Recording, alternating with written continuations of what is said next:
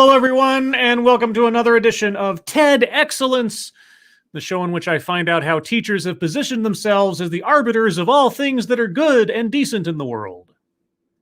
And I come to you live from my Corona bunker on the moon with Dogcat Fox, a Pepperjack, and all of you. Hello, everyone. Welcome to Tuesday, Tertiary Tuesday. Doesn't mean anything. It was just a T word that came to mind. Well, I'm breathing easier to a degree now that the air has cleared somewhat. It's not as choking with smoke as it was days before, but who knows what'll happen if the winds change direction again tomorrow. But until then, I am far more comfortable than I was the week before. And it is... Wait, it's not Tuesday. It's not Tuesday. Wait a second. What? What was I saying? Oh my God. I literally blew a gasket in my brain, didn't I? It's not Tuesday. I mean, those of you listening in the future, it's not going to matter anyway, but I have been so scared today. I apologize for those of you listening live if I might have just blown your mind with a time warp. Unless I guess you're listening in like New Zealand or something, then maybe it is Tuesday. I don't know. I'm sorry, guys. Wow. I got so many things on my mind about what's going on this week that for some reason I thought it was Tuesday. Obviously. Okay, well, let's back up a little bit. Hello, everyone. Welcome to Monday. Mindless Monday. Oh, boy. I'm not going to live that one down anytime soon. Well, yeah, I will, because I don't care. Yeah, so hi. Welcome to the show. Boy, this TEDx is going to have a very, very, very, very thin barrier to break as far as causing me mental anguish, isn't it? But before we get into that, let me say hello to those of you who have decided to join me on this maddening Monday. Manic Monday, I don't know. Sean Uli, hello. Jaeger Pony, hello. That one servant of Satania, hello. Emperor W.R. Costin, hello. L. Wolf, hello. Mr. Joestar, hello. Keeverdam, hello. St. Michael, hello. Asian Hippie, hello. Zach Osborne, hello. Michael Hatfield, beware of the McCoys, hello. Let's see. Check Your Logic, hello. Dina B, hello. Somnamnul Nation, hello. Dark Allow, hello. Advocatus Diaboli, hello. Ryan, hello. Black Belt for Christ, hello. Beggarit, hello. Mr. E, hello. And the chat jumped because, of course, it did. Spyro Girl, hello. Johnny Stoffel, hello. Shiel Gorath, hello. John Smith, F1 Trash, hello. The gayest person on YouTube, thank you so much. One, please. One you shall have. Let's see. Lurking Gopher, hello. Jordan Herbert, hello. Eric Grunstatter, hello. Crimson Tiger, hello. Megan Ring, hello. Ivor Singatorix, hello. Mr. Dax, hello. Willett Forge, hello. Zeke Weiss, hello. And thank you so much to This Is Kyle. Hello, chat people and scribbles. Don't worry, I'm from the future. Today is Saturday, but I won't tell you what year. You're always very comforting, Kyle. Thank you so much. Revenedix, hello. Revenedix. I don't know. I'm trying hard, guys. Big Dave 1066, hello. Brad Young, hello. Thrashy, hello. Juggernaut, hello. Dr. Black Crow, hello. And then chat jumped again. Worst Nightmare, hello. Lexi Mads, hello. Colt Fox, hello. Moonshock, hello. Random American, hello. Oh my gosh. Silly Goose, hello. And Brittany Holland, hello. All right, if I missed you, I apologize. Chat was jumping all over the place. Got as many as I could, but we got to get into this because I'm very, very, very excited. Obviously so, because I forgot what day it was. I'm very excited to find out about our subject today, building student identity and agency. Now, as you might already know, oftentimes, most times, it's the title of a TEDx that catches my attention. And though I haven't listened to this, I can't help but try to infer certain things from the title. First off, our speaker is an educator. That's my guess. Again, I don't know anything about him. Secondly, that our educator feels that it is his and or teacher's, I don't know, purview or jurisdiction to build student identity and agency, rather than the student doing that for themselves, or perhaps the primary actors in such things being the parents, maybe? I don't know. So there's a lot of implications here by the title. But I'm always interested to know what strategies educators are employing to teach their students. But with all of that, guys, I'm going to start off with a few seconds for a sound test. You guys tell me if you can hear it, and then we'll proceed. Be sure to have your bingo card ready. TEDx bingo card. Link is in the description. Ready for you. And we'll see if we can get a bingo out of this one, or more than one. We've had a dry spell the last couple, so I'm optimistic. Of course, being optimistic that we get a bingo on the TEDx card means that I'm optimistic that I'm going to have brain-frying material coming my way. Which, again, given the fact that I thought it was Tuesday, it's not going to be a steep hill to climb. I'm lucky enough to work with teachers every single day, and I get asked questions, and they ask for advice. That's always... Okay, so he gets to talk to teachers every single day. They get to ask questions and ask for advice. So he's a teacher counselor of some kind, or teacher mentor. I cut him off a bit, so I'll back up a couple seconds. Sounds good, says Asian Hippie. Says I believe we barely got one the last one. Oh, okay. I thought you were saying something about the sound for a second there. Yes, we barely got a bingo the last one. That's true. Yeah, it was. I mean, the last one was just by a hair, and I whinged over that quite a bit at the time, but we won't revisit that right now. I can hear it, says some emulation. Dina B says sounds great. All right, here we go. And they ask for advice. That's always good and bad, because when you give the best advice, it's always the worst advice. So what? When you give the best advice, it's also the worst advice.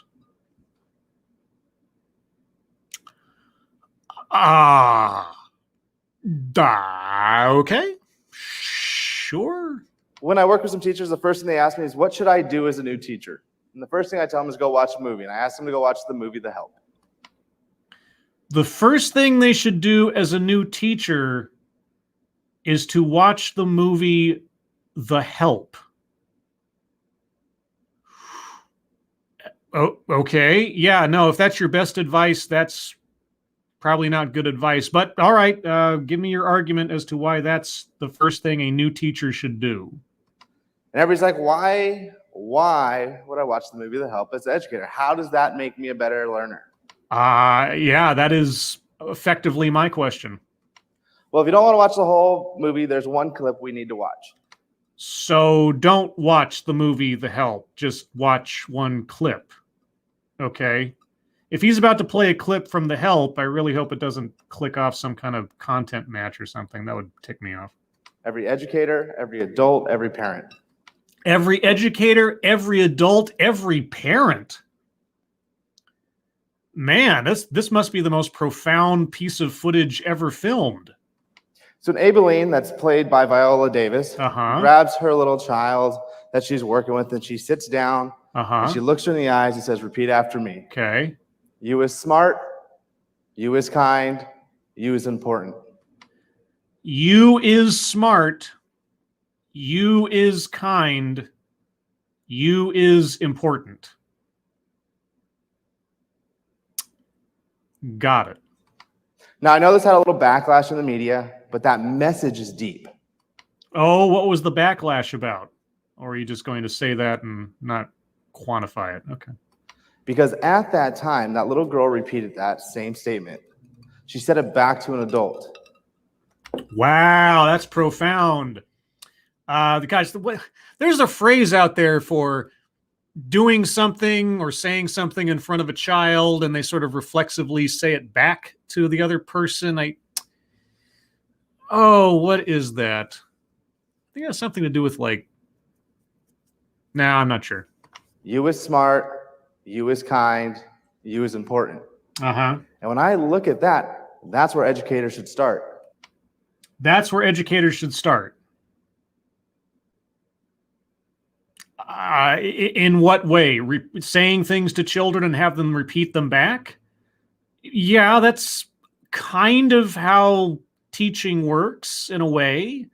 I mean, there's regurgitation of things told, and then there's comprehension of things told. In that instance, in that example, is that the child accepting and or comprehending the words the person is saying? Are they actually internalizing the concepts being offered? Or are they just saying what they think the adult wants to hear? Or can you tell the difference? They should start building up the individuals they work across from, where every single day they tell them something about themselves to build them up, where their identity is, yes, I can do anything. And the language starts to shift to, I am. I am smart. I am kind. I am important. Oh, okay. The language starts to shift to proper grammar. Is that it?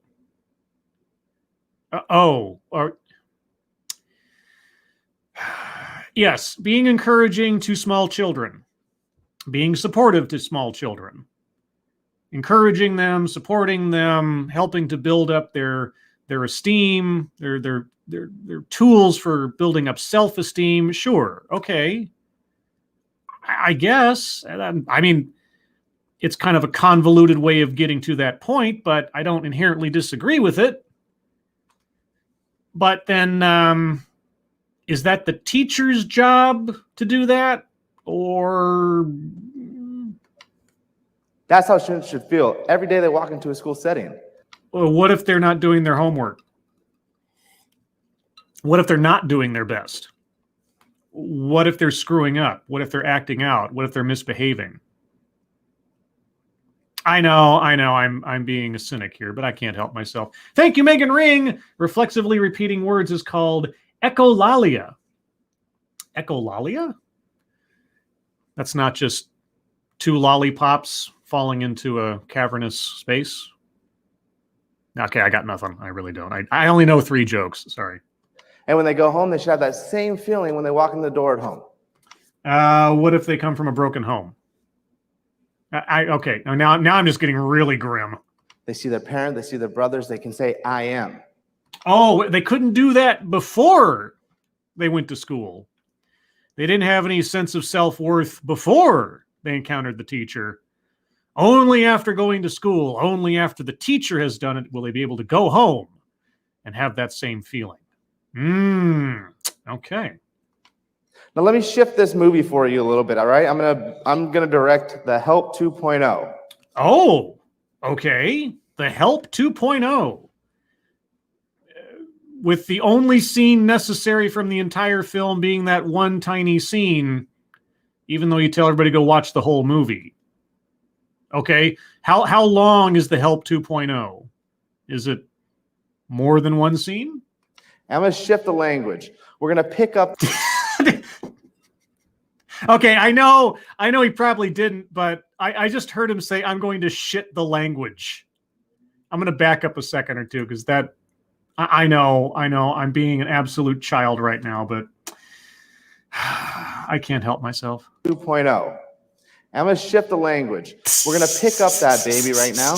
And in that scene, Maybelline's going to say, he was dumb. He was not welcome. He was bad. Wait. Was the character actually a baby? I thought, did he say baby before or child? Did she actually say that to a baby? So, and the baby repeated it back? Or okay, I don't know. Anyway, so you're going to insult a child. Do you really need to go through this exercise to inform us that demeaning or insulting a child is probably not the most productive thing to go into?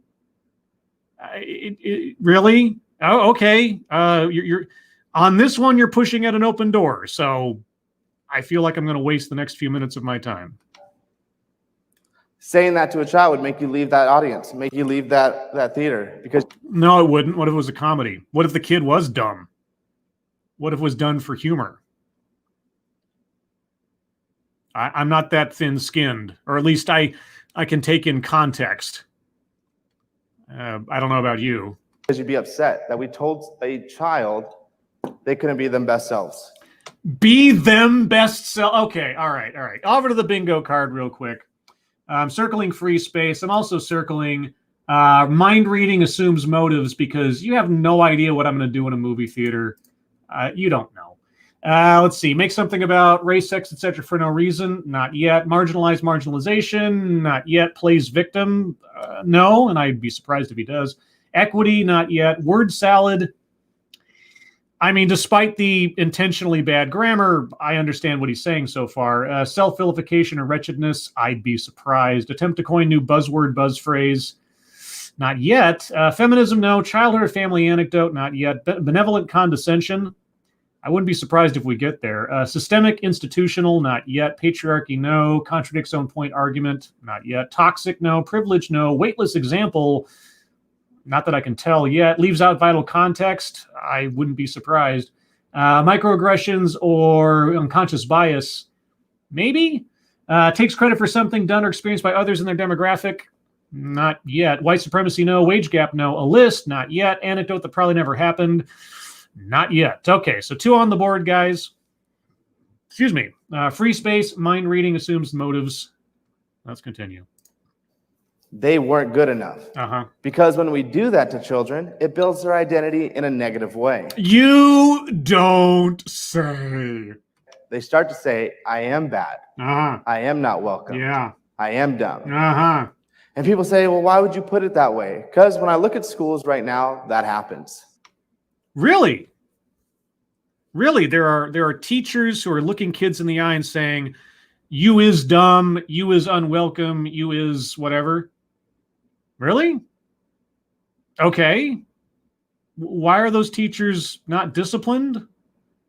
What happens when those kids go home and tell their parents, my teacher just called me dumb? I'd be curious to know the answer to that one. Thank you, Alice Morgan. The you're a burden to your poor mother joke from Ghostbusters 2. Yeah, exactly. Insulting a baby, little Oscar. Oh, I'd walk out of the theater. Oh, because I don't understand context or comedy. I mean, maybe somebody did. Not most people. But yeah, insulting a baby. How dare you? What's the baby going to do? What's the baby going to know? I'm not advocating insulting babies. I'm just saying, I don't know what I'm saying. It's Tuesday. I walk into schools where students hear this. Really? What schools? Give us names. I want the names. I see adults look at human beings and tell them a different format of who they really are. What? What? Oh my God. That never happens, ever.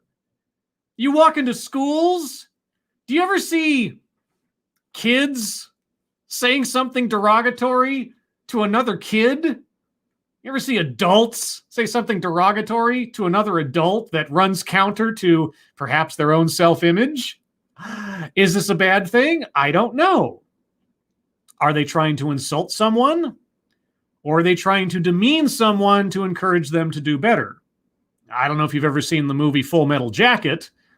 There was an extreme example there, obviously, very dark and depressing example there with Vincent D'Onofrio's character. But, you know, there is something to be said for tearing someone down to build themselves up again. Or, as toxic masculinity has taught us, insulting someone to bring them into the fold by testing their mettle against other people. I don't know. Oh, wait. I'm talking about context again. How silly of me. And our students walk around with a false identity and this false agency of the person that they really are. How do you know who they really are? You really must be a mind reader. How do you know how each individual student processes a joke or an insult or some demeaning comment? And who are you to determine what is or is not a positive or negative sense of agency or self for someone else? I'm very curious to know your qualifications. They start to think differently. Okay, and you know what they think. Okay, well, I already circled mind reading. I wish I had more squares on the board for that one, but all right, Kreskin, tell me more. start to act differently. They start to blame others because their agency doesn't tell them to build themselves up and to change the world. Their agency shifts to, I have to blame others because this is where I got. This is where I got? Is this just going to be a cavalcade of bad grammar? Like normalizing bad grammar? This is where I got. All right. Thank you, John Miller. Happy 2 Monday, Scribe. Yes, thank you. 2 Monday. Oh, or Blue Monday. 2 Monday? How does it feel to not know what day it is? Well, I've got a pepper jack and watching TEDx. Thank you, tall person. You seem stressed, Scribe. Since it's National Chai Day, maybe you should get some. I've never been a chai guy. I think once or twice, maybe. Like I've had some chai tea, but not Tai Chi, because high C is the box that rocks. Anyway. So where do I see this most? How does it affect my own personal life? I have no idea. I wouldn't dare try to read your mind. So tell me true. Well, when I see this, Mm-hmm. I think of my grandma. You see what? Okay, show us the slide. For those of you listening, he's got a screen up off to the side, and he's been showing 2 slides so far that I've seen. One was the help poster, and then something like I am ... whatever. But anyway, okay, he's pointing off to the slide, which we can't see, and he's thinking about his grandma. I think of her in the backyard, hanging up our clothes and having deep conversations about life. Where's your mom? I don't know his family dynamic, but why is your grandmother hanging up your clothes and having deep conversations about where are your parents? And just talking to me. Okay. And connecting with me. Great. And having that great moment of, I'm always going to remember you. Okay, and for reference, the slide is now shown, and it's a bunch of multicolored clothespins pinned up on a clothesline. All right, you had a great relationship with your grandmother. I'm very happy for you. When my son sees this, what does he see? When your son sees multicolored clothespins on a clothesline, what does he see? I don't know. What is your son's relationship, referentially or otherwise, to a clothesline? What does he feel? I don't know, but given the fact that you're a mind reader and apparently an empath, I'm sure you'll tell us. He feels shame and he feels humiliation based on a clip. Why? What? He sees a clothesline and feels shame and humiliation? I'm going to back up a second or two. Now I'm very curious. He feels shame and he feels humiliation based on a clip. Why? Because he has been placed into a school system that to change behavior, we're going to follow a clip chart. What? What? So let me give you a little bit of example for my son's day. I wish you would, because I have absolutely no idea what you're talking about. And if you're going to give an example, I'm going to circle family anecdote right there, because he also talked about grandma as well. So family anecdote is circled. Tell me how your son feels shame because of the school system clip. What? My son goes into school every single day, and when he walks in, he has to take his clip off his table and put it in the middle of this chart. His clip? Like, it's an attendance thing? What are you talking about? Now, his teacher told me about this. She said, hey, we're going to have a system to help your child learn behavior. Oh, okay. Well, maybe you should have led with that before telling us about the clip and no context. I feel like the word context is going to come up a lot here, given how we started. If your child has a good day, I want them to know they're having a good day. Okay. So if your son in my class has a really good day, he'll get to move his clip from the middle to now either a sunny day, or if he's having a really good day, he can go up to a rainbow day. What grade is your son in? He didn't say. I'm assuming we're talking about relatively young children here, like first to third grade, maybe, or even kindergarten. And, gentle rewards for good behavior. I mean, it is very basic, it's sort of a little bit of Skinner's rats, sure, but, children are creatures of a kind, aren't they? But if your son has a poor day, he will have to grab his clip and move it to cloudy day or stormy day. Well, now, stormy day could be a completely different kind of thing these days, given what happened with our president in the past and a certain person named Stormy. You wouldn't want to go there as a child. Anyway, I'm trying to think of, sit in the corner. Remember going to sit in the corner? Remember that kind of thing? A punishment of a kind? A disincentive for behaving badly? That kind of deal? Well, this isn't sitting in the corner, but it doesn't sound all that alien to me. So, and I'm just spitballing here. Is our speaker going to advocate for systems that have no disincentive, where everything is praised?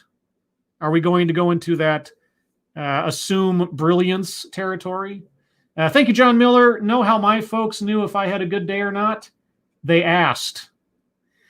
Yeah, true. But I'm assuming what he's talking about here is behaving well in the classroom, like not talking out of turn, not bothering the other kids and things like that. That's what I'm assuming it is. It's like because he was talking about behavior. All right, so obviously our speaker has a problem with a very non-invasive signal system of here is appropriate behavior for the classroom and here is inappropriate behavior for the classroom. And so what is your alternative, mind reader empath? So I had a wonderful conversation with my son. I said, hey, bud, expectations at home are, hey, let's live in stormy land. Every single day you go to school, I want you to do everything you can to make your teacher happy so you can move your clip from the middle to the stormy land. I mean, oh my goodness, no, to the rainbow land.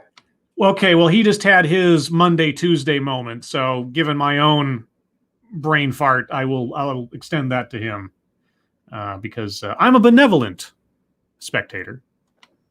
And what happens every single day when he comes in? I don't know. He runs in excited. Yeah. And he tells me, Dad, guess what? Yeah. I had a rainbow day. Okay, great. So his teacher set up a system of visual representation of what she had expectations for behavior in the classroom, and he fulfilled those expectations. Is that a bad thing? You give him a high five. Yeah. And he feels good. Okay. I thought that was good. I thought that was a powerful move. And now you've changed your mind? But then I realized what else happens. Uh-huh. After he tells me, Dad, guess what? I just had a rainbow day. Yeah. He goes, guess what else happened today? Uh-huh. He said, Jeff, Joe, and Brock had a stormy day. Uh-huh. And he just labeled all the bad kids in his class. Uh-huh. And those bad kids got to do what we call the walk of shame. They left their seat, wherever they sit in their classroom, walk up in front of all their friends and all their peers and say, let me tell you, I'm a bad kid, and clip down. Yes, it's called disincentive, or conversely, incentivizing good behavior. You don't want to have to make that walk. That's the whole point of setting expectations of behavior and enforcing consequences for not meeting those expectations. Like real life. So, okay, what is your alternative theory then? And I can only guess. That is the worst way to build anybody's identity up. It's not building identity. It's setting expectations for behavior in a professional setting. Now, I understand we're talking about, I'm assuming elementary school here, things, but that's what it's about. It's about setting up children's minds to have an expectation for how to behave in a productive group environment, in a public environment, in a social environment. That there are boundaries, there are mores, there are taboos, there are expectations of behavior, and if you don't adhere to these expectations, there will be consequences. And having to walk up to the front of the class and move your clip or whatever from sunny to stormy is about as benign and harmless a thing as I can imagine, as compared to some other alternatives I can imagine because I lived through them in one way, shape, or another. Okay, but again, all right, so that's bad. That is bad. What is good? If anybody was in this room right now and I gave you a clip and said, please come clip down while I was having a talk, you'd be frustrated, you'd be humiliated, and you'd be embarrassed. Yes, and you'd do everything you could to avoid going back to that place again, wouldn't you? You would learn there are consequences for misbehavior. Right? It's called negative reinforcement. Like, don't want to do that again. That was bad. I touched the stove and it was hot. I better not do that again. How is this bad? This is how you learn. Making mistakes, screwing up, being called out for your mistakes or screwing up, and learning from them. Okay, all right. And I know I've said this enough times. I'll say it one more time and I'll try not to do it again. What system do you instead recommend? Because that doesn't feel good. Yeah. And if I did that day in and day out, all of a sudden that would change who you thought about yourself. I'm holding my tongue. And you would say, I am bad. Oh. I am a stormy kid. Yeah. And I start to see it. It starts to shift to I'm a red kid or an out of school kid or a call parent home kid. I'm a red kid? What? Or detention or referral kid. And it shifts the identity of every individual. Okay, so I'm broken. I'm turning into a broken record. I'll just stop. And if you think about this, we start to think of, we have 3 kids here or 5 kids in this room. All of a sudden, we have a collective of a community of students that are saying, I'm bad, I'm not welcome, and I'm dumb. If they're consistently misbehaving, not paying attention to the rules, breaking the rules, and so on and so forth, they are. There's something wrong with their ability to behave. Maybe they have behavioral problems. And then something else needs to be done. Maybe they don't have any control over it. You know, if you have someone who's constantly doing such things, or God forfend, you actually look at the home life, the parents, what are they doing, and so on and so forth. There are a lot of potential factors here that maybe fall upon the shoulders of the child, or possibly you look elsewhere. But the theory is not wrong because you set expectations for behavior. Do you say, I have to ask, I would want to ask our speaker, do you have expectations of behavior in your household? At the dinner table, do you have certain things that you expect out of your children as far as behavior? Do you expect them to say please and thank you? Do you expect them to use silverware? Do you expect them to clean their plate, take the dishes to the kitchen, help with the cleaning of the... Do you have expectations? What happens if your children defy your rules, your expectations? If they behave outside of that which you have instructed them to behave? What happens then? Are there consequences for them if they misbehave, if they don't get their chores done, if they don't pay attention, if they disrespect you or their elders or something? Doesn't that give them a negative identity, a negative sense of agency? I mean, shouldn't we just eliminate all negative consequences to anything any kid ever does? That'd be the healthier thing, right? Otherwise, I'm not quite sure what your argument is yet. Thank you, Drew W. I'm guessing stormy kids don't have dads at home that will correct the behavior. I don't know. It's actually kind of surprising to me that at one point he did actually mention the parents in, the abstract. I'm curious to see if he does it again. Because some students have to clip down because they didn't get their answer right on their sheet. Or because they thought they were so right on the answer, they shot their hand up or they just screamed out the answer in the middle of their classroom, and their teacher got frustrated. Wait. A kid has to downgrade their behavior rating because they got a question wrong or were too enthusiastic about answering a question and got it wrong? Really? Okay, if there's a teacher doing that, that teacher is a douchebag. I mean, but somehow, you know what? No, I'm circling anecdote that probably never happened. I don't believe that some kid is going to get downgraded in their behavior rating for getting a question wrong. That's not misbehaving. That's just being incorrect. And him saying it as though it's some common event in whatever scenario or school he's talking about, I call bullshit on that. Their behavior made them clip down. Getting something wrong is not an attribute of behavior. It's just getting something wrong. Making a mistake is not. Okay. Calming down, drinking. And I see this, and I see these kids walking around not being able to say, no. What? That isn't who I am. Oh. No, I'm someone different, because they're stuck being labeled an individual. They're stuck being labeled an individual? What? What? Okay, I got to back. Did I miss something? What? Walking around not being able to say, no, that isn't who I am.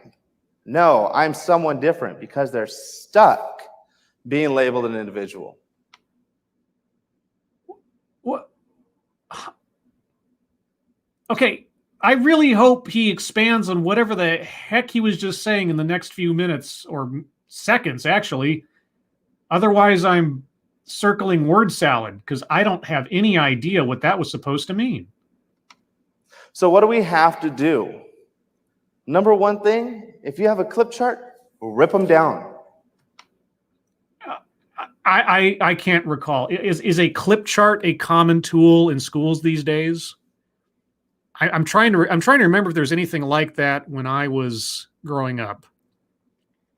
I mean, I can sort of imagine such a thing, but not in any way that was common to my experience. Is that a more common thing now? I haven't been in elementary school for quite some time.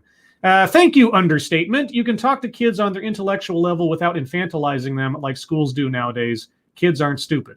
Yeah, that is very true. But what this guy seems to be implying here is that we need to.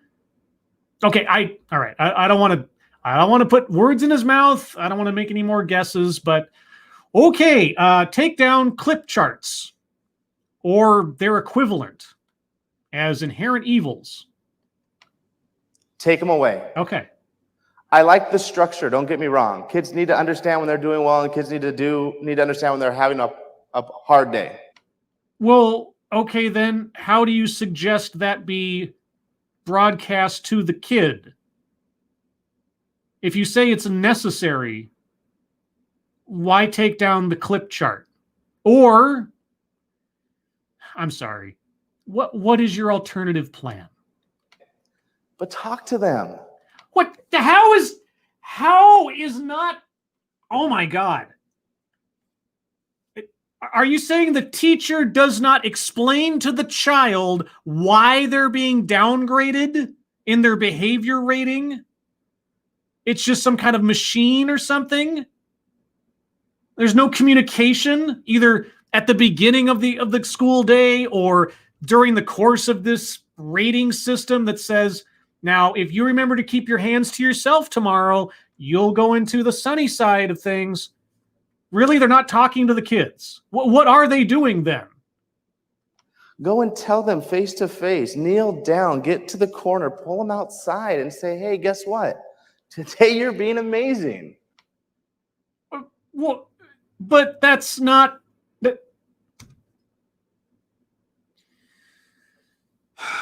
Okay, first off, I'm backing up. Well, I'm not backing up the video. I'm going to the card. I'm circling word salad for that. They're trapped in being individuals. What the heck is that supposed to mean? I don't know. Secondly, benevolent condescension. Treating these kids, as was suggested in the chat, like babies, like you can't actually talk to them seriously about behavior or expectations, or just treat them like, not adults per se, but like smart individuals who can comprehend things. And I tell you what, this, you're amazing. Like, come on. Okay, so just to review, so far I have circled mind reading assumes motives, word salad, childhood or family anecdote, benevolent condescension, free space, and anecdote that probably never happened. We might get others as we go. Or take them outside and say, hey, today's a little bit rough. What's going on? What?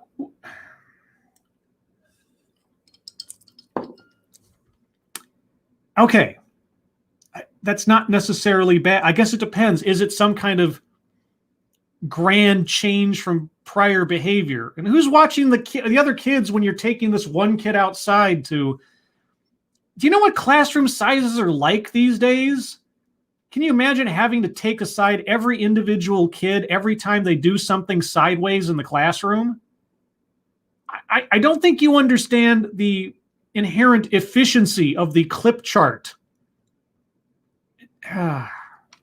Because that gets a student farther than where the little rainbow sticker gets. They take the sticker off, they stick it on your school, and they don't even think about it. Because you know how kids think, and all kids behave because reasons. Wasn't your son like all happy? And wasn't he behaving well? Talk to the individual. The individual? Oh, why would I want to talk to the individual? That would just reinforce them being trapped in this concept of being an individual. Or do you even listen to what you're saying? Make sure that you can build up their identity. Our students, I promise you this, will make a poor choice. Oh, really? Oh, human beings will make a poor choice? Oh my God. And the best way to help them understand who they really are is by helping them own that behavior, have the conversation of what are you going to do next, and help them build their identity back up of you are still a great human being.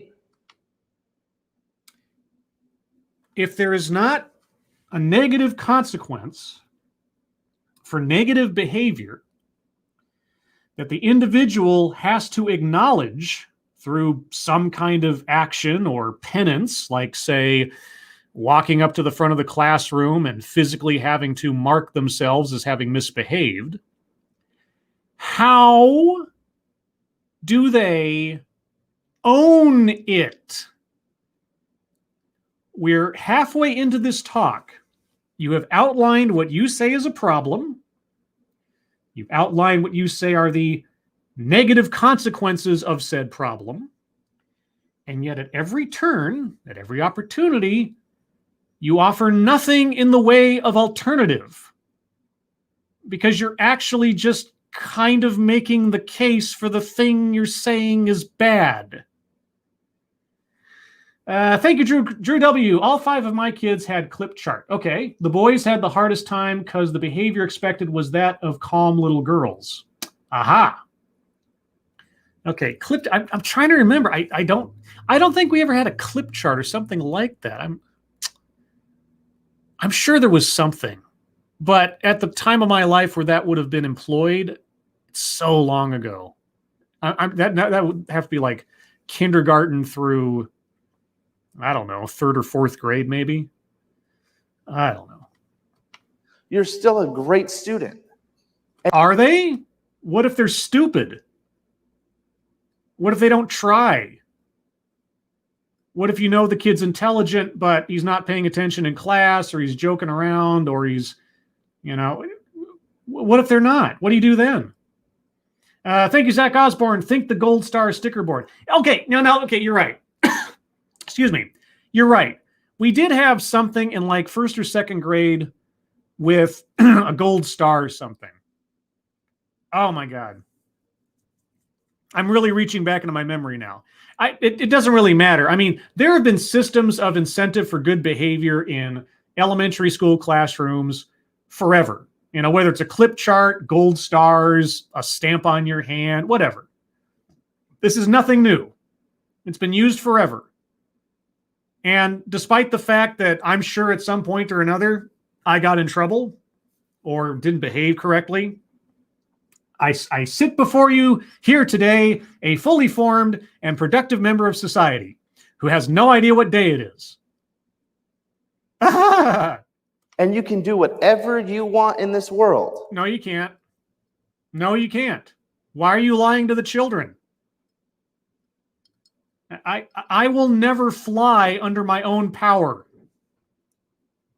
I know, I'm being a smartass, but it sure as heck beats being a dumbass.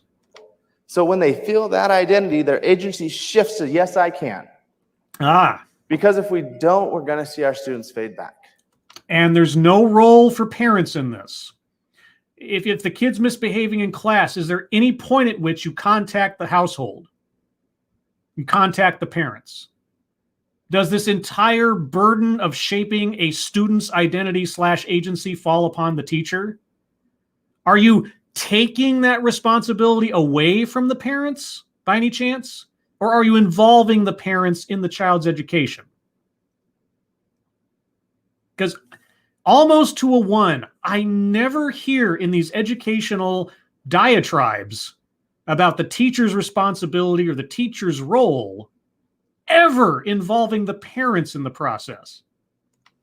And when I start thinking about identity agency, I'm thinking about the discipline component of this and how many times our students are told they're wrong and bad and how many times they don't have a chance to change that thinking. But at the same time, when we start to see this and saying, this is who I am because of how teachers talk to them, we go back into the classroom and we start to see things that tells the student they're wrong again.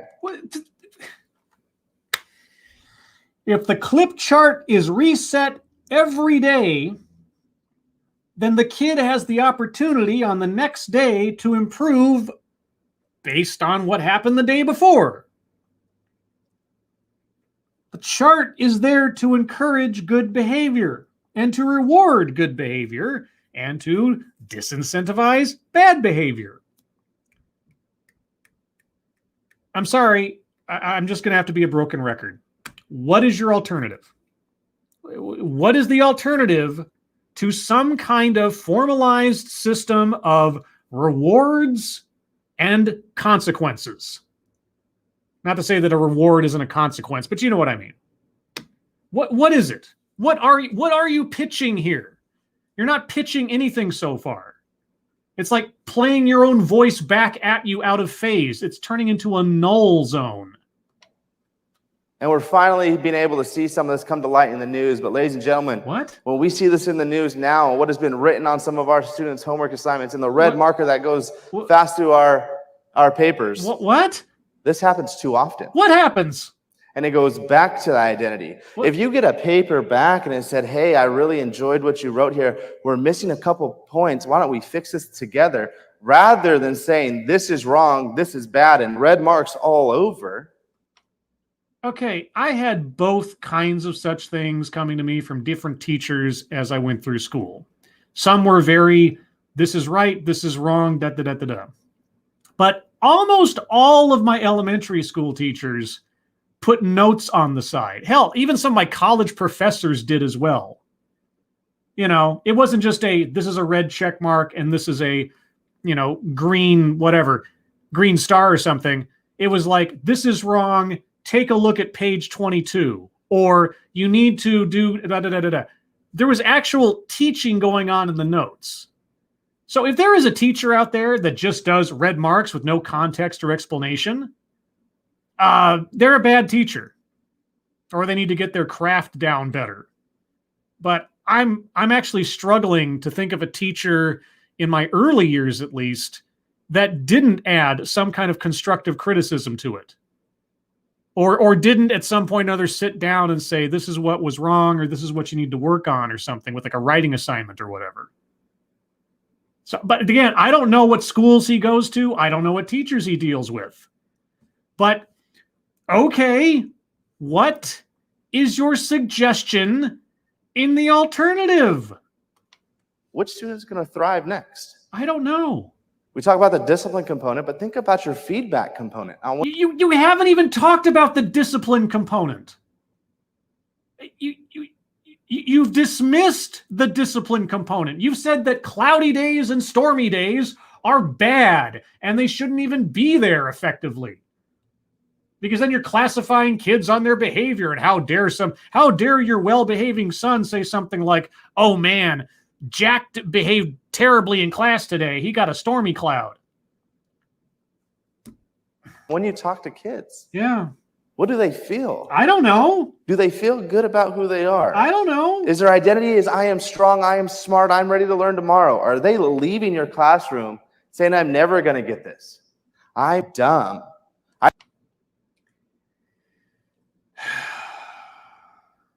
That's all I have to say, just an exasperated sigh. I should be in that class over there. I'm not welcome because all my peers around me got real big smiley faces and I got a big red frowny face. Do you ever listen to yourself speak? I wonder, our speaker. Do you ever review your arguments or how you're expressing yourself in a mirror or something before you go out and do them in public? I mean, what is your message? What are you trying to say? What are you advising? Where's the advice here? Tell kids they is good? Is that the sum total of your advice to teachers? Don't tell them they is dumb? Oh, I got red and black marker all over it. We have the power. We have the power of Grayskull! Sorry, I couldn't help myself. All right, real quick. Make something about race, etc. No. Marginalization. Well, he did talk about the kids being ostracized or... Yeah, I'll save that. I might circle that one as a result. Plays victim. No, he hasn't. Equity, no. Self-vilification or wretchedness, no. Attempt to coin new buzzword or buzz phrase. No. Feminism, no. Systemic institutional. He talked about structures earlier, and he is talking about systems of punishment. Again, we'll maybe circle that one in aggregate afterwards. Patriarchy, no. Contradicts own point argument.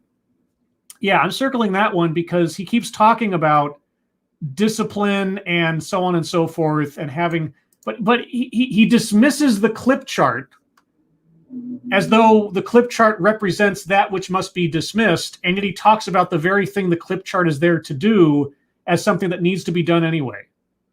So he's already contradicted himself. And that might also become a weightless example, saying the clip chart is a bad mechanism, but then reinforcing what it's there to do. I'll think about that one. Toxic, no. Privilege, no. Again, weightless example, maybe. Leaves out vital context. I'm still bewildered over that whole trapped in being an individual thing, or what any of this has to, or what the grandmother anecdote has to do with anything. Yeah, I don't know about that one. Microaggressions, unconscious bias. He stepped into that a little bit with what the teachers. I thought he was going to go deeper in that whole thing. The teachers come back to school the next day with these kids that have misbehaved and see something. Almost there. I'll think about it. Takes credit for something done by others. No. White supremacy. No. Wage gap. No. A list. No. At least he hasn't given us a list that I know of yet. Okay. To change individuals and how they feel about themselves. Uh-huh. We have the power to make students go home and say, I am proud of who I am. Do you? I'm excited of who I am. Uh-huh. I make a difference in this world. You have a very high opinion of the role of teachers in childhood development. Where are the parents? Please, at some point, could you mention in some substantive, irate Alex way, the parents? And sometimes we don't take that power. And when I look at our students now, there's too many other components telling them that they're bad and they're wrong and they're not welcomed. Our students go onto social media and they're liking things because that's who they think they have to be, and they're building a false identity in those areas of social media. What? The adults in our campuses shouldn't be adding on to that.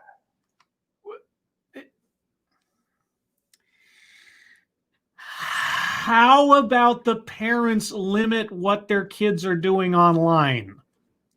They have the power to do that. Access to computers or devices and so on and so forth.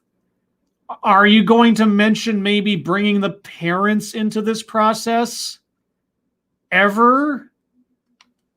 We should be ones that help shut down those false identities and say, you know what, that's not who you really are. So okay, we finally get to it. You shall be the arbiter of telling a kid who they really are. You're going to set some standard in your own mind, not just for how a kid should behave in the classroom, but for who they really are on the inside. Okay, well, I'm glad you finally got there explicitly, because to this point had been a little vague, but all right, I understand you now. Let's talk about who you really are, and let's build you back up. Build you back up, or create you in your own image? Because the best thing that we can do is have a group of students that are all different. Is it though? Because it sure sounds like you have an idea in your head of how a student should be, and you want to build them up to conform to your version of an appropriate identity. Are you really looking for a group of students that are different? And proud to be that they're different. What if being different means they don't agree with you?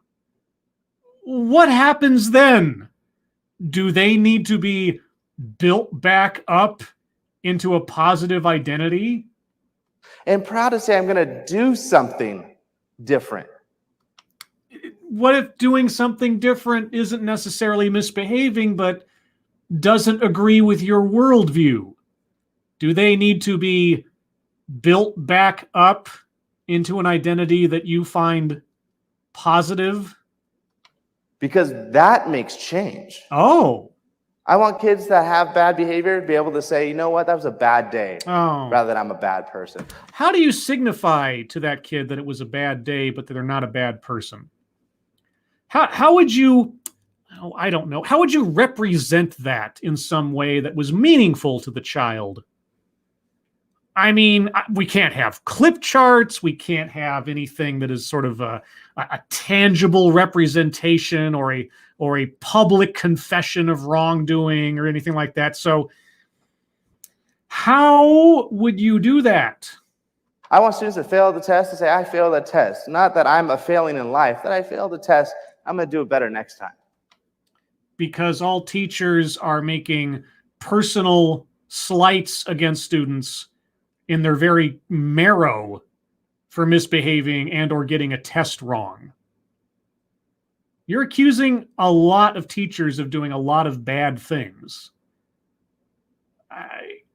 I feel sorry for you that you are called in so often to such terrible, terrible schools.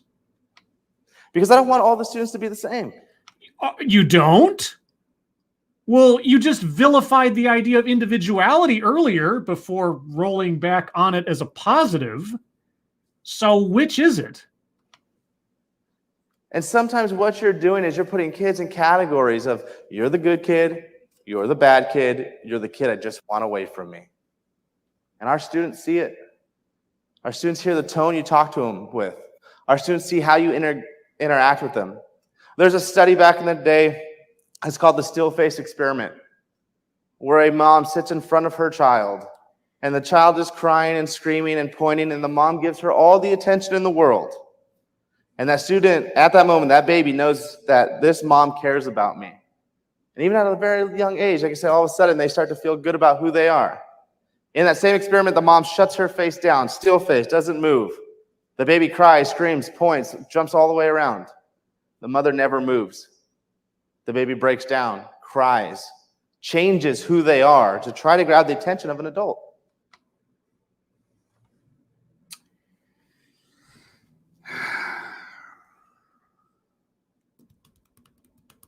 So, you're promoting positive reinforcement and you're doing away with negative reinforcement. How does someone learn without both in life? And I'm glad you finally brought up a parent, not in direct association with your work or the work of teachers or education, but okay. So the behavior of babies, facial recognition of good or bad, proves what when it comes to students and teachers? The mom eventually goes back, gives some love to the student. It's not a student, it's a baby. I mean, if you want to talk in the abstract, sure, a baby is the student of the parent. But okay. But when I see this, I look at our classrooms. Uh-huh. Do we still face our students? I don't know. Do you have your back turned all the time to your kids? Do we connect to the same student over and over again because they know the answer, because I feel that they're invested into the classroom? What? Thank you, ex-Bubba Hotep. Did he just basically promote crying till you get your way? I don't know what he's doing at this point. I don't know where he's going. You know what? That whole still face experiment thing, I'm circling weightless example. And we've got 2.5 minutes left, but just an aggregate leaves out vital context. I have no idea what his point is. He's arguing against clip charts. He's not giving us an alternative, and he just keeps repeatedly saying the same thing with different examples or with different words over and over again. Don't talk down to your students all the time. You have to build them up. Now, let me tell you another way I'm going to tell you, don't talk down to your students all the time. You have to build them up. Oh, and also, if you think about it, you shouldn't talk down to your students all the time. You need to build them up. Thank you, Johnny Stoffel. As a parent of a toddler, trademark, I can say one ought not reinforce behavior like tantrums by rewarding with attention. Acknowledge, then ignore. Yeah.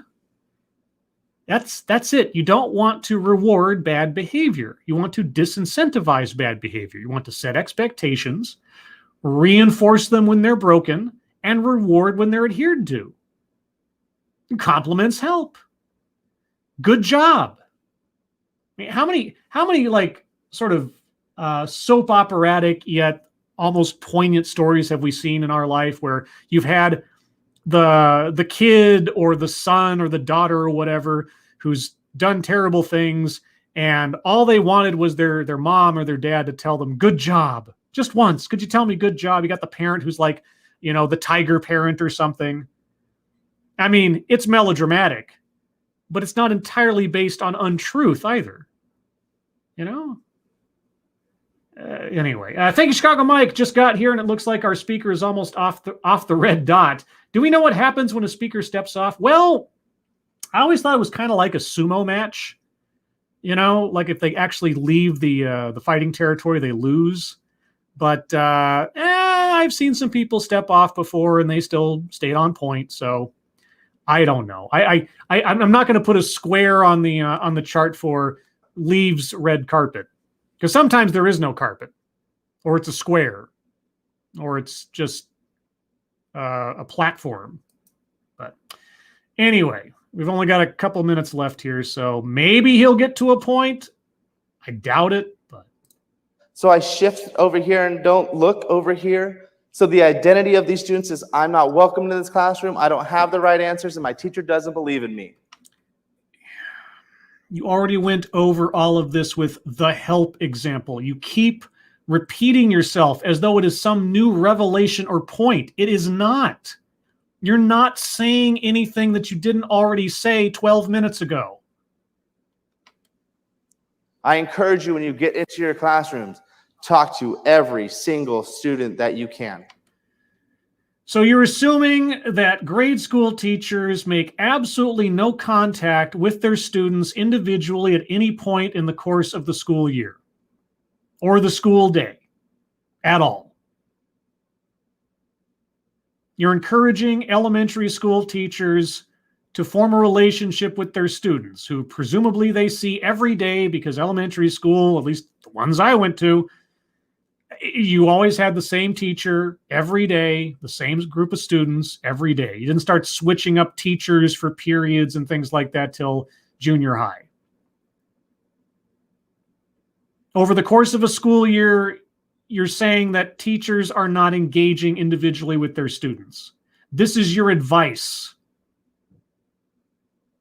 Wow, that's some profound stuff. I'm sure that all the teachers in your audience never ever thought of such a thing. I'm sure they didn't spend any time or money getting an educational certificate, going through all the classes to become a teacher, and it never occurred to them that they needed to form somewhat of an individual relationship with their students to guide their learning. Wow, man. Boy, you really earn that consultation paycheck, don't you? Connect with them. Uh-huh. Look them in the eyes. Oh, yeah. Ask them for their input. Build a safe place that no matter the answer, I'm glad that you're participating with us. I want you here. I want you with me. Yeah. And if you do something wrong, or if you write something wrong, I'm going to tell you, hey, not today, not the best you, but tomorrow's going to be even better. But the not the best you is in a clip chart to make sort of set up a social compact amongst your peers, a visual representation of the expectations of the group and the room and the teacher and so on. Now, we can't have that, but we want to have personal, direct conversations. You know, having the clip chart, you know what the clip chart also does? I don't know if he's quite thought this through. I imagine he probably hasn't. The clip chart is an equalizer. The clip chart is a representation that everyone here is going to be expected to behave and be rewarded equally. That you're all equal here under this system of measurement of behavior. It's sort of like, I don't know, laws.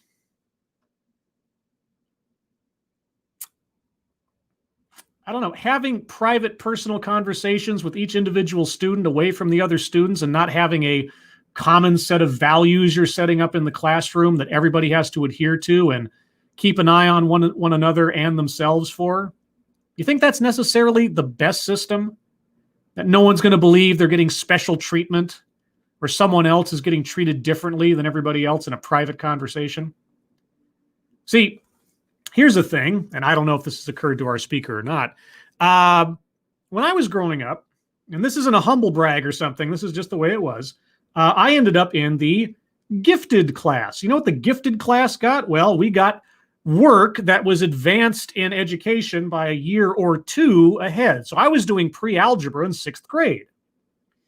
You know what all the other kids in the rest of the school thought of us? Because here's the thing. Everybody in the gifted program stayed together throughout all of our years of elementary school. It was the same group of kids every year with a different teacher, one grade to the next. All the other kids, every year, they got mixed up amongst different teachers as the grades advanced. But we were always by ourselves. We were always an insular group. And so you know what the other kids thought? They thought we were getting special treatment. They thought we were getting something better than they were getting, when in fact, we were doing harder work than they were doing. You know what happens when you sort of do a process where there's an uneven playing field, or there's a suspicion that someone is getting treated better or worse than somebody else without some sort of common unifying expectation? Yeah, it breeds jealousy, suspicion, and you know what else? Bullying. I got bullied. We got bullied. The group of us got bullied a lot. Now, I mean, I'm not necessarily going against the whole idea of an advanced class or anything. I think there could have been some smarter ways to handle it on reflection, but anyway, I've digressed. I apologize. Because I want to build up identity in every single case we can. Because there's going to be moments that change is going to happen. We have to understand when things change and when kids misbehave and when kids don't thrive as best students they can be. If we just work with a little bit of love, a little bit of care, it's going to change who they think about themselves. Not every kid operates at the exact same level. I don't know if you know this as a counselor to teachers and not a teacher yourself. I have no idea what your qualifications are.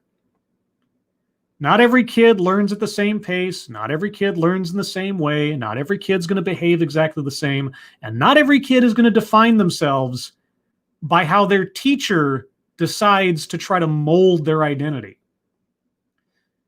You're going to talk about the parents. You're going to talk about the home life. You're going to talk about different interests. You're going to talk about those things that someone uses to define themselves at that age.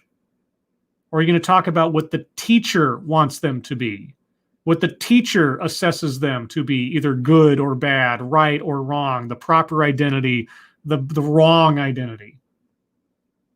Are you really talking about the kids here and their benefit? Or are you talking about an extension of your own ego? Because so far, it sure sounds like the latter. I beg adults, please stop beating down our students. Ugh. Please tell them they're amazing and that they can change the world. Because I have beautiful children of my own. I have 3 little kids that are going to make an impact on this world.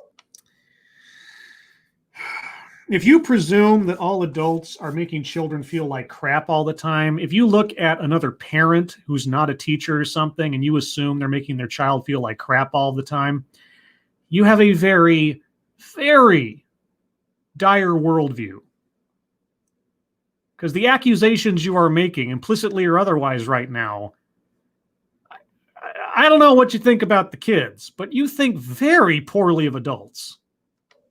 And when my kids make a mistake, yeah, I want to tell them it wasn't okay. Okay.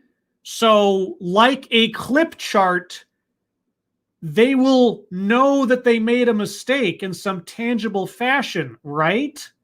There will be some consequence for acting outside of the rules or expectations, right? But we can do better tomorrow. How? You have not given us an alternative. Because I know this is going to happen. Wait, you're psychic now too? Is that? Whoa, okay. And I already knew this was coming because I was testing out the audio. Right here, for some reason, the audio recording goes completely echoey. This is not my doing. I tried to fix it tried to turn it down a smidge. I got no control. So for some reason, the audio suddenly flips over to this weird echoey thing. I can only apologize, but it's only going to last for about a minute. So best I can do, guys. I apologize. If we work with our students, even when they make a poor choice, I want her in her life to be able to say, I am important, I am smart, and I am kind, no matter what she does. No matter what she does? No matter what she does. Got it. That's my goal for her. That's my goal for every individual I come encounter with. And you know what I understand too is some educators have never been told either that you are smart, oh God, that you are kind, and that you are important. So really quickly with me, I want you to say it after me just so you can hear it for one time in your life. Oh, come on. You know, none of you out there have ever been complimented before. All of you have a very poor sense of self-esteem, a poor identity. No one's ever told you that you're smart. So just for one time in your life, one time, I want to encourage all of you to follow my example. And I'm going to bestow upon you the greatest gift I can, an empty compliment. Let's all do this together, shall we? Chat, join me in this. Join me and our speaker in doing this, so that at least for one time in your life, you can have someone tell you that you is smart, you is kind, you is worthy. I am smart. I am smart. I am kind. I am kind. And I am important. I am important. Because when we start doing it and we start embracing that into all our students, we're going to start hearing from an I am to we are. And when we build schools that say we are smart, we are kind, we are important. We have hit peak communism. Oh, wait. We're going to change this world. Thank you.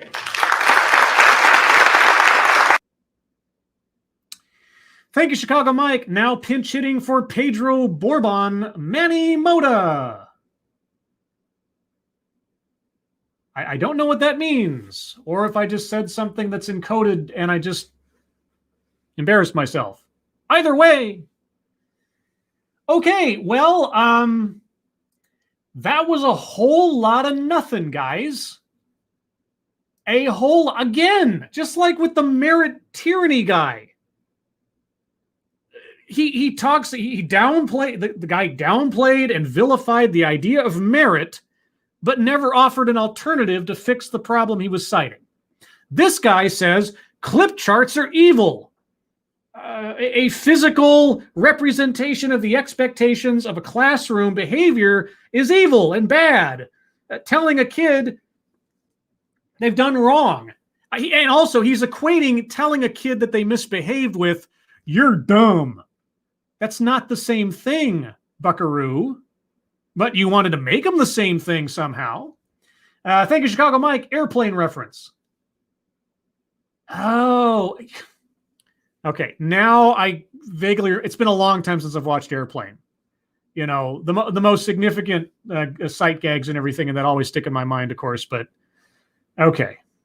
Gotcha. Thank you. Appreciate it. My head is filled with movie trivia of all kinds. And on any given day, I can probably get something from something. That specific line. I'll try to remember that again in the future. Sorry, Mike. But anyway. Okay. Let me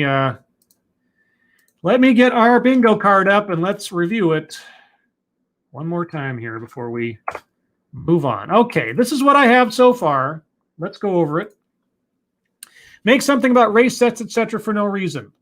He never brought it up. I was kind of surprised. Marginalization. Well, he did talk about the kids being ostracized or made to feel small and so on, and in the classroom and otherwise. He talked about his son calling those other kids bad behaviors or whatever. So, okay, we'll give him that one.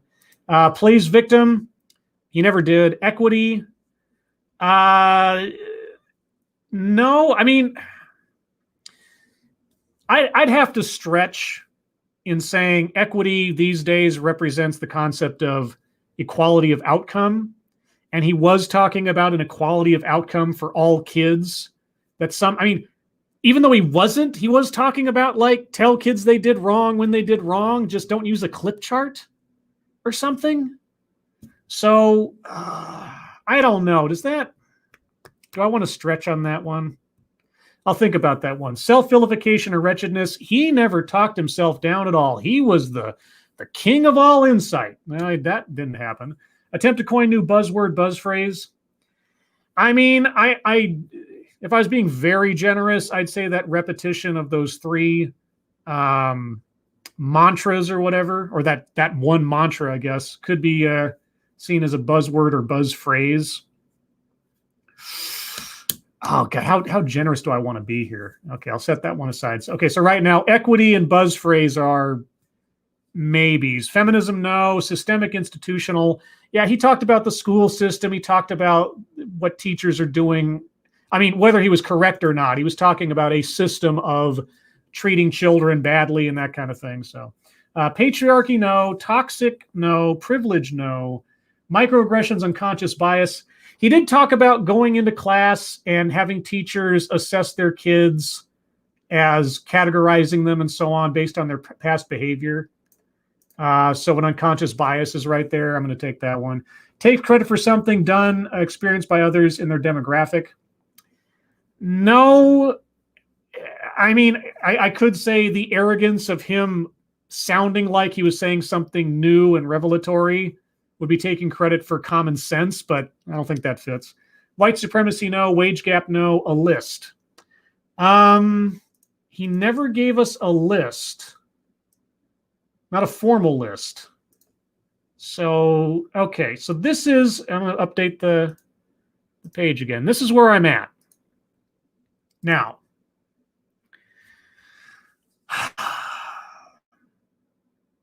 equity. It really comes down to equity here. As I said, given the current extrapolation of the word equity and it being conflated with the concept of equality of outcome, and him talking about students, expectations, how he wants them all treated a particular way. They're all different, but they all need to be a we instead of an I. Actually, you know what? That last thing actually kind of does it for me. For all his talk about taking a kid aside and talking to them individually and everything, he was talking about we. He was talking about an equity of outcome. Not individuality, not a classroom full of different kids, but everybody ending up at the same point based on his own estimation of proper behavior. Well, now, okay, let me take that back. Not proper behavior. He went beyond just behavior. He went beyond just attitude and action in the classroom. He was talking about identity. He was talking about agency. He's talking about things that go far beyond just the external interactions that take place in a classroom. And so for that, I'm circling equity. And because of that, everyone, believe it or not, ooh, that's a bingo. Right? Yeah! We have a bingo. For all the nonsense that we sat through with that, I'm more than happy to circle equity because holy cow, guys. Holy cow. That was a whole boatload of nothing. Nothing. Admittedly, my expectations for TEDx's are already fairly low.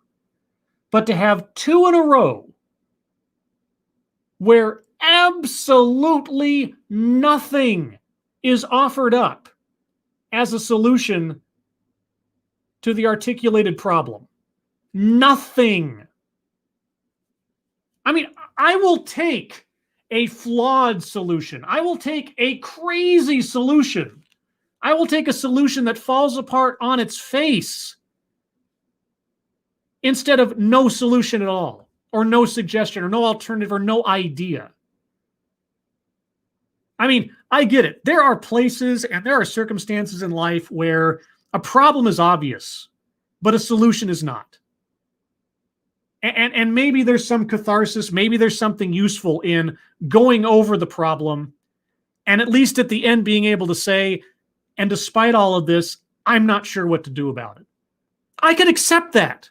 I could accept somebody coming up and saying, here's a problem, here's what I see, we have to find a way around this, but I don't have an idea. It's like, okay, well, at least you're honest. I mean, I don't know is an acceptable answer. It's not a fun answer. It's not an answer that makes you feel like you've accomplished anything necessarily, but it's an honest answer, and I can accept that. I wouldn't necessarily accept it as a wise thing to come to a TEDx stage with, but I'd accept it. But don't come with no answer at all, or not even a suggestion or something, and just try to repeat yourself 5 times. If you don't know, say you don't know. If you have an idea, put the idea out there. Even if it's stupid, it's a starting place. But don't just rattle on and avoid even giving an answer, even if that answer is I don't know. Ugh. And Chicago Mike, thank you so much. Bingo! Yes, bingo. Bingo, bingo, bingo. All right, guys.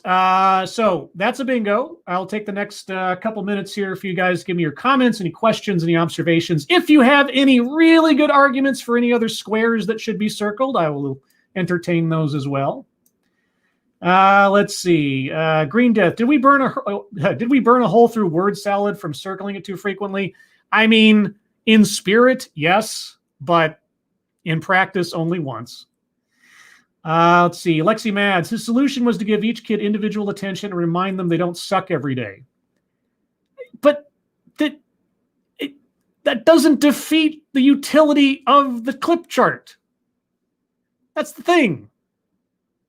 I mean, his alternative was no different in spirit than someone getting a sunshine on the clip chart. I mean, I guess his problem is with public displays of attitude rating or something. It should all be done in private. There should be no expectations set for the community or the society, as it were. But even then, it's like that doesn't disprove the utility of the clip chart. That also doesn't prove that a stormy day for a kid suddenly destroys their sense of identity. I had no idea where he was going with any of it. Keeverdam Scribelight, could clip down be counted as attempt to coin new buzzword buzz phrase? Clip down? No, it didn't. It sounded more in passing. It didn't sound like it was something he was pushing. At least to me. I mean, I don't know what other people think. You let me know. Anna Lynn, that has been the super intellectual thing for a while now, is no answer, just problems. Well, it reminds me a lot of the intersectionality arguments I often hear. Like, all of these things are problems, and stacked upon each other, they create larger problems. And I've just summarized God knows how many presentations I've done on the concept of intersectionality. Because when you start stacking up complaints and problems upon complaints and problems and turn it into some giant thing, there is no solution, right? I mean, you would have to solve each individual quoted problem before you could actually solve the entire problem, because intersectionality doesn't allow you to solve just one problem. You have to solve everybody's problems, all of their problems, all at once. So it's a problem that can never be solved, because nobody's life is perfect and never will be.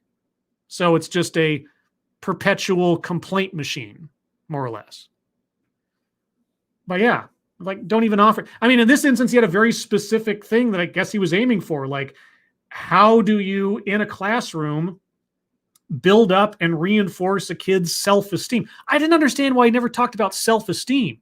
I mean, identity and agency, these are all like ridiculously deep bone marrow type notions of self. And that's not a teacher's job. That's not within a teacher's purview, or shouldn't be.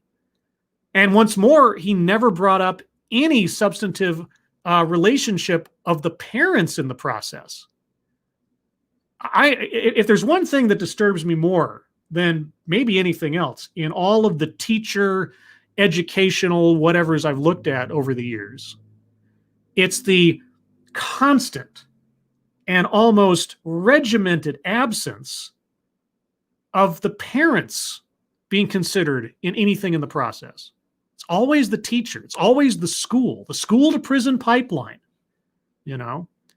or building agency, building identity. It's like they want to replace the parents with the teachers. The teachers see themselves as above the parents in authority over a child's development. At least that's what it comes across as. I don't know what they think down in their heart of hearts, but given the rhetoric, it's very disturbing. Let's see. Attema the Hun. Attema the Hun? Not Attila the Hun. That didn't always used to be your name on here, did it? Because I recognize your avatar, but I'm blanking on your previous name.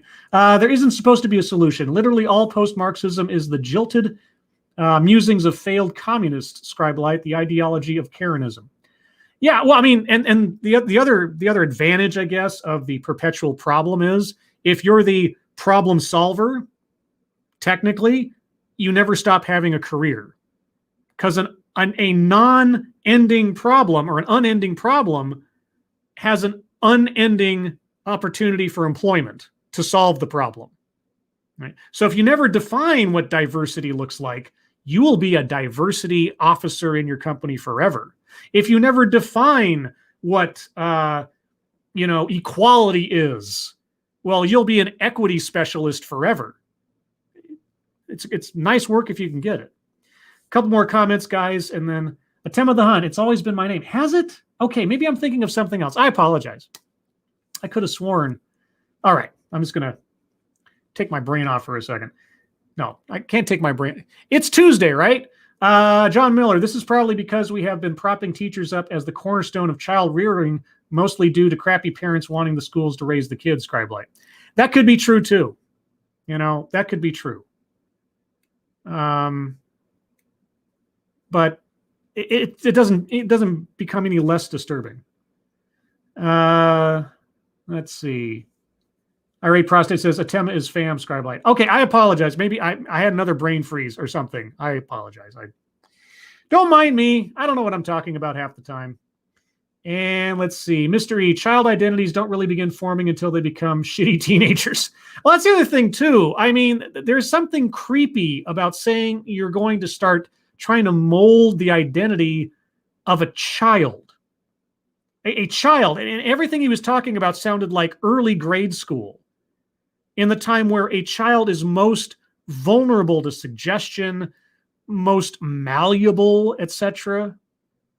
Like, is it really your place to take on the role of an identity definer for a child as a teacher? All right. And let's see. One more here. Lexi Mats, I got to agree. My sister is a teacher and gets so frustrated when parents ask why their kid isn't reading well when it's on them to do the homework. She's expected to reach beyond her purview. And okay, and in those instances where parents are actively not taking part in their child's education, it's not that the teacher is preventing them from being involved or keeping them at arm's length or something. I mean, the parents have to take the initiative. The parents have to become involved in their children's education. They have to ask, what did you learn today? Let me help you with their homework, that kind of thing. I mean, don't get me wrong. I have all the sympathy in the world for teachers who inadvertently end up taking on the burden of what parents should be doing. And you can't make a parent do what they should be responsible for doing as parents. You can have parent-teacher conferences, you can try to advise, and so on. But ultimately, it's their kid, their household. You do the best that you can. You can't be the parent. It's people like our speaker and other teachers that I've seen in the past that decide to embrace the idea that the parents are irrelevant, that they are the center of a child's development in total, and trying to build them up into activists or trying to impart upon them a positive identity in their own image. That's what disturbs me. Anyway, guys, thank you so much for joining me on this Monday. Despite the fact that it was nonsense, it always becomes worthwhile, because until you actually listen to what someone has to say, you don't know the quality of it. And by listening to it and really digging into it, maybe you'll be prepared for the next time someone tries to give you the runaround in trying to sound smart, but actually is dumb. Everyone, thank you so much today for your attendance. Thank you so much for your participation, especially. And most importantly, thank you so much for your generosity. I really, really do appreciate it. If you'd like to hear more from me or Satsu 2 Cents or the Ranting Monkey, you can find all three of us tonight on Satsu 2 Cents' channel, because it's Monday night on Lords of the Night, 6 p.m. Pacific, 9 p.m. Eastern, where we will talk about the news of the day, news stories that you submit, what we've been up to on the internet, and then your questions and comments. Everyone, thanks again for joining me. Hope you all have a good Monday. Hope you are all safe and well. If you're not well, please get well soon, and I'll see you on the next one. Take care.